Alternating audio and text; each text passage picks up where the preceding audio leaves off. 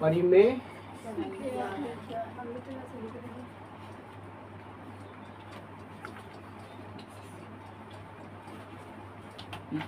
कल्पना कर लो कि रूट 5 एक जब वह परिमेय संख्या मानोगे तो रूट 5 इज इक्वल टू का माना रूट 5 क्या है पी बटा क्यू माना। यहाँ पे देखो वहां पे लिखा हुआ ना, यहाँ पे लिख दोगे जहाँ पी और क्यू क्या है पूर्णांक है, जहाँ पी और क्यू क्या है ठीक है, जहाँ पी और क्यू क्या है पूर्णांक है। यहाँ पे लिखा हुआ होगा, वहाँ पे लिखा होगा जहाँ पी और क्यू क्या है पूर्णांक है। एक और बात लिखना है, पी और क्यू पूर्णांक है तो उसका सहभाज्य संख्या, जो पी और क्यू सह अभाज्य संख्या है, मतलब जिसका है ना जब परिमेय संख्या होता है तो सहभाज्य संख्या मतलब जिसका एचसीएफ का होगा 1 होगा। सहभाज्य संख्या वहाँ पे एक छोटी बात में लिखा।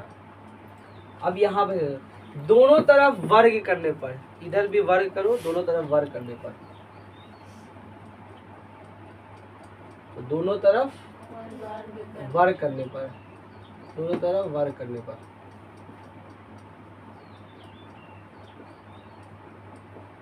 दोनों तरफ वर्ग करने पर इधर वर्ग करो क्या होगा रूट 5 का इधर वर्ग करो पी बटा क्यू का। इतना सवाल समझ में आ गया। ये रूट से खत्म हो जाएगा, क्या बचेगा रूट 5। यहाँ भी बोलो पी स्क्वायर बटा इतना सवाल समझ में आया। फिर से बोलो क्या करना है पहले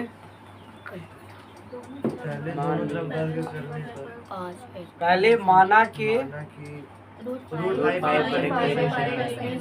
माना एक रूट 5 एक मान लिया, कल्पना कीजिए कि रूट 5 एक परिमेय संख्या है और रूट तब क्या मानोगे रूट 5 को जहाँ पी और क्यू का लिखना है पूर्णांक संख्या जो सहभाज्य संख्या है। पी और क्यू सहभाज्य संख्या मतलब दोनों का एचसीएफ कितना आना चाहिए 1 आना चाहिए। अगर 1 नहीं आया तो कल्पना गलत हो जाएगा, 1 आना चाहिए।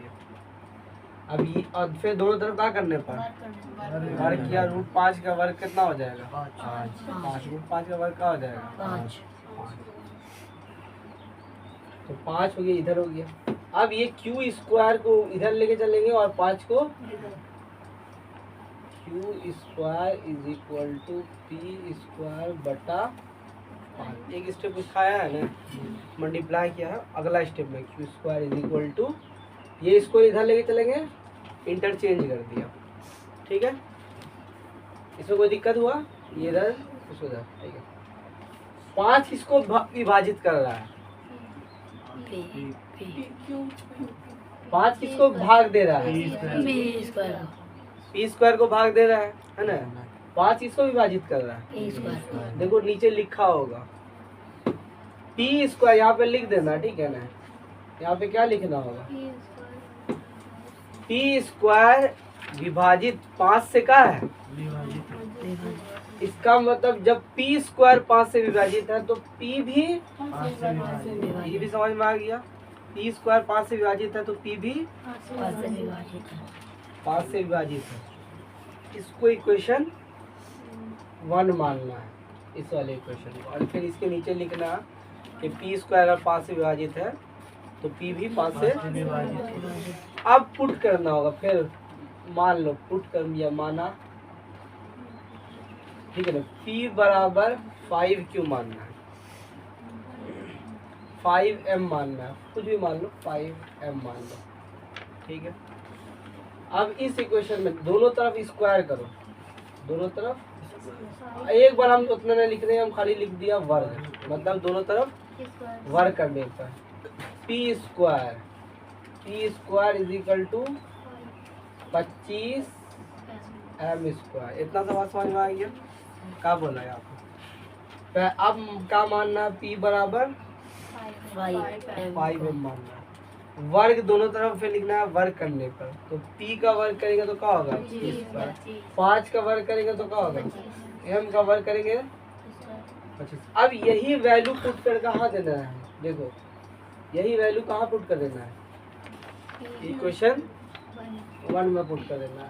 पुट करके दिखा दे रहे, क्यू स्क्वायर लिखा बटा 5 लिखा, पी स्क्वायर का वैल्यू कितना है 25 एम स्क्वायर। तो ये जो ये पी स्क्वायर यहाँ पे है, तो पी स्क्वायर के बदले कितना लिखेंगे 25 एम स्क्वायर। देखिए यहाँ पे E5 यहाँ पे होगा उसमें, है ना, उससे कोई दिक्कत नहीं है। तो अब ये 5 कितने में कटेगा 5 में, तो Q square is equal to 5m square. 5 कहाँ जाएगा, किससे डिवाइड करेगा, Q square is equal to 5m square. अब बोलो यहाँ तो समझ में आया। तो मान लिया √5 का है एक परिमेय संख्या, मतलब वो कल्पना कीजिए कि √5 एक परिमेय संख्या है, ठीक है। तो क्या मानना है, क्या मानना है, √5 एक परिमेय संख्या है। तो परिमेय है तो √5 किसके मानना है, अगर 5 वहाँ 2 रहेगा तो क्या लेके चलना है, यहाँ पे 2 लिख देना। √5 का स्क्वायर 5, 2 रहेगा तो √2 का स्क्वायर 2, पी स्क्वायर बटा क्यू स्क्वायर, इंटरचेंज कर दिया, एक्सचेंज कर दिया, ठीक है। तो Q square is equal to P square बटा, फिर लिखना है पी स्क्वायर 5 से विभाजित है, फिर क्या लिखना है पी भी 5 से विभाजित। हर सवाल में ही करना है। फिर क्या करना है, माना कि पी बराबर 5 है, मान लिया पी बराबर, फिर दोनों तरफ वर्ग करने पर, इसको यादें कर लो, उतना दिमाग में लगाओ, बेकार फालतू काम है। तो पी का स्क्वायर 5 का स्क्वायर 25, एम का स्क्वायर एम स्क्वायर, ठीक है।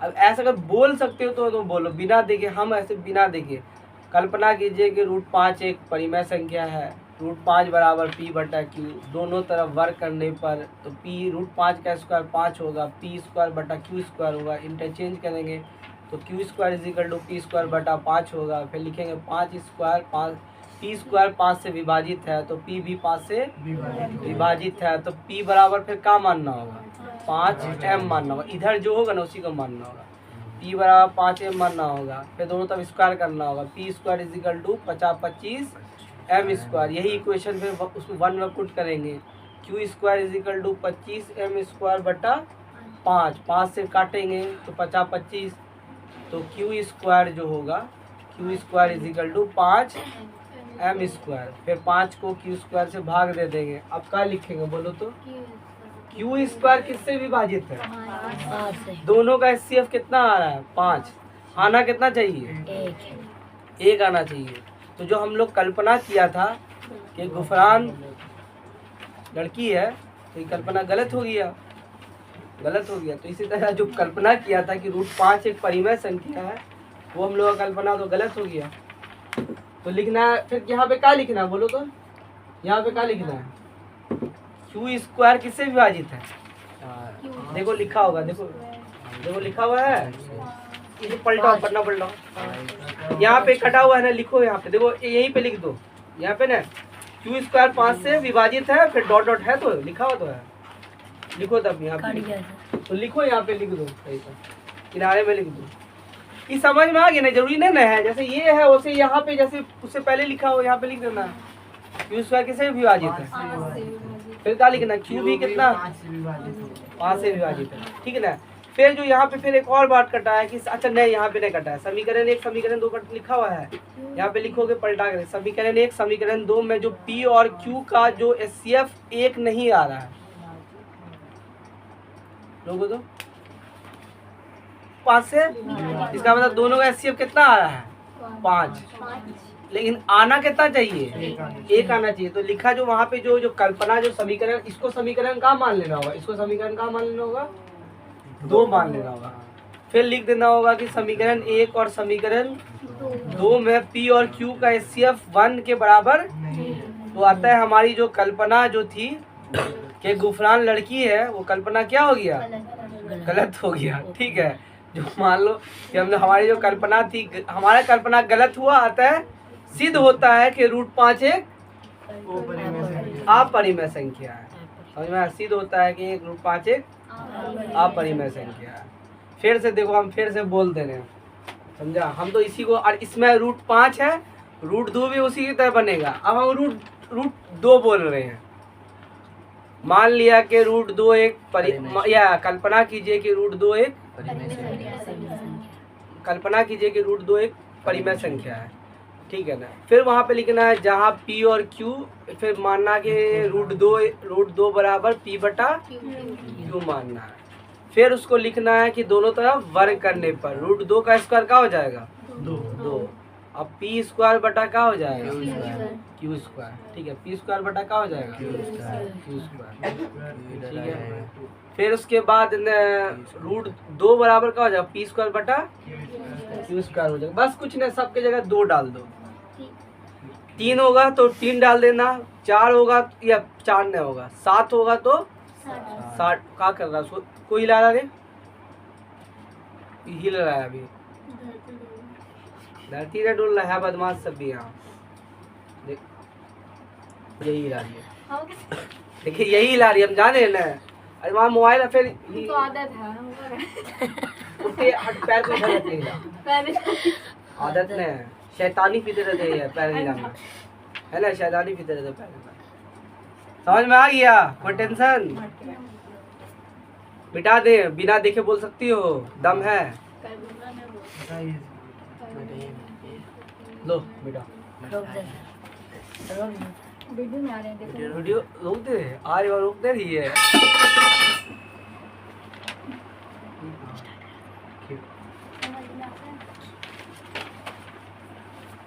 क्या प्रूव करने बोल रहा है? सिद्ध कीजिए। इसको हम एकदम शॉर्ट में कर रहे हैं, सब फारसी लफ्ज हमने लिखे हैं। सिद्ध कीजिए 3 + 2 √ 5 का है एक अपरिमेय संख्या। तो कल्पना कीजिए कि 3 + 2 √ 5 का मान लोगे और उसको किसके बराबर लेके चलोगे? तो माना कि 3 + 2 √ 5 = का मानना है P बटा Q मानना है। फिर लिख लेना P और Q जहाँ पूर्णांक संख्या है उन सब तो फारसी लिखते रहना, ठीक है? इसमें कोई वर्ग तर्क नहीं करना है, इसमें कोई वर्ग तर्क नहीं करना है। जो रूट वाला है इसको इधर लिखना है बराबर के सेट, जो रूट वाला नहीं है उसको बराबर के इधर फेंक देना है। सबसे पहले किसको फेंकोगे? 5 को फेंकते हैं, P बटा Q, सॉरी 5 को नहीं 3 को फेंकते हैं, -3। इसमें कोई दिक्कत? ये 2 जो गुना वाला है कहाँ जाएगा? माइनस में जाएगा कि नीचे जाएगा? Q की जगह। देखो पहले इधर देखो, P बटा Q के नीचे आएगा, देखो Q के भी नीचे आएगा ये 2 और 3 के भी नीचे आएगा। इतना सा बात समझ में आया? या तो ऐसे कर लेते हैं, ठीक है? P बटा Q -3 डिवाइडेड बाय 2, ये ठीक है? डायरेक्ट लिख दिया, डायरेक्ट 2 को डिवाइड किया, लेकिन हम उसमें अलग अलग किया है, लेकिन एक ही बार कर दो, ठीक है? तो P बटा Q -3/2, इतना समझ में आ गया? अब देखो रूट 5 क्या है? रूट 5 परिमेय है कि अपरिमेय है? अभी क्या प्रूफ हुआ था? प्रूफ का अपरिमेय है। तो रूट 5 एक अपरिमेय है, अपरिमेय संख्या है। रूट 5 एक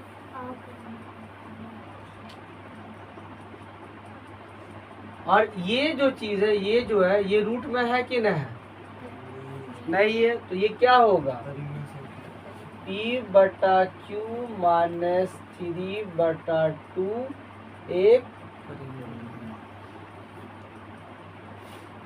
एक परिमेय संख्या है।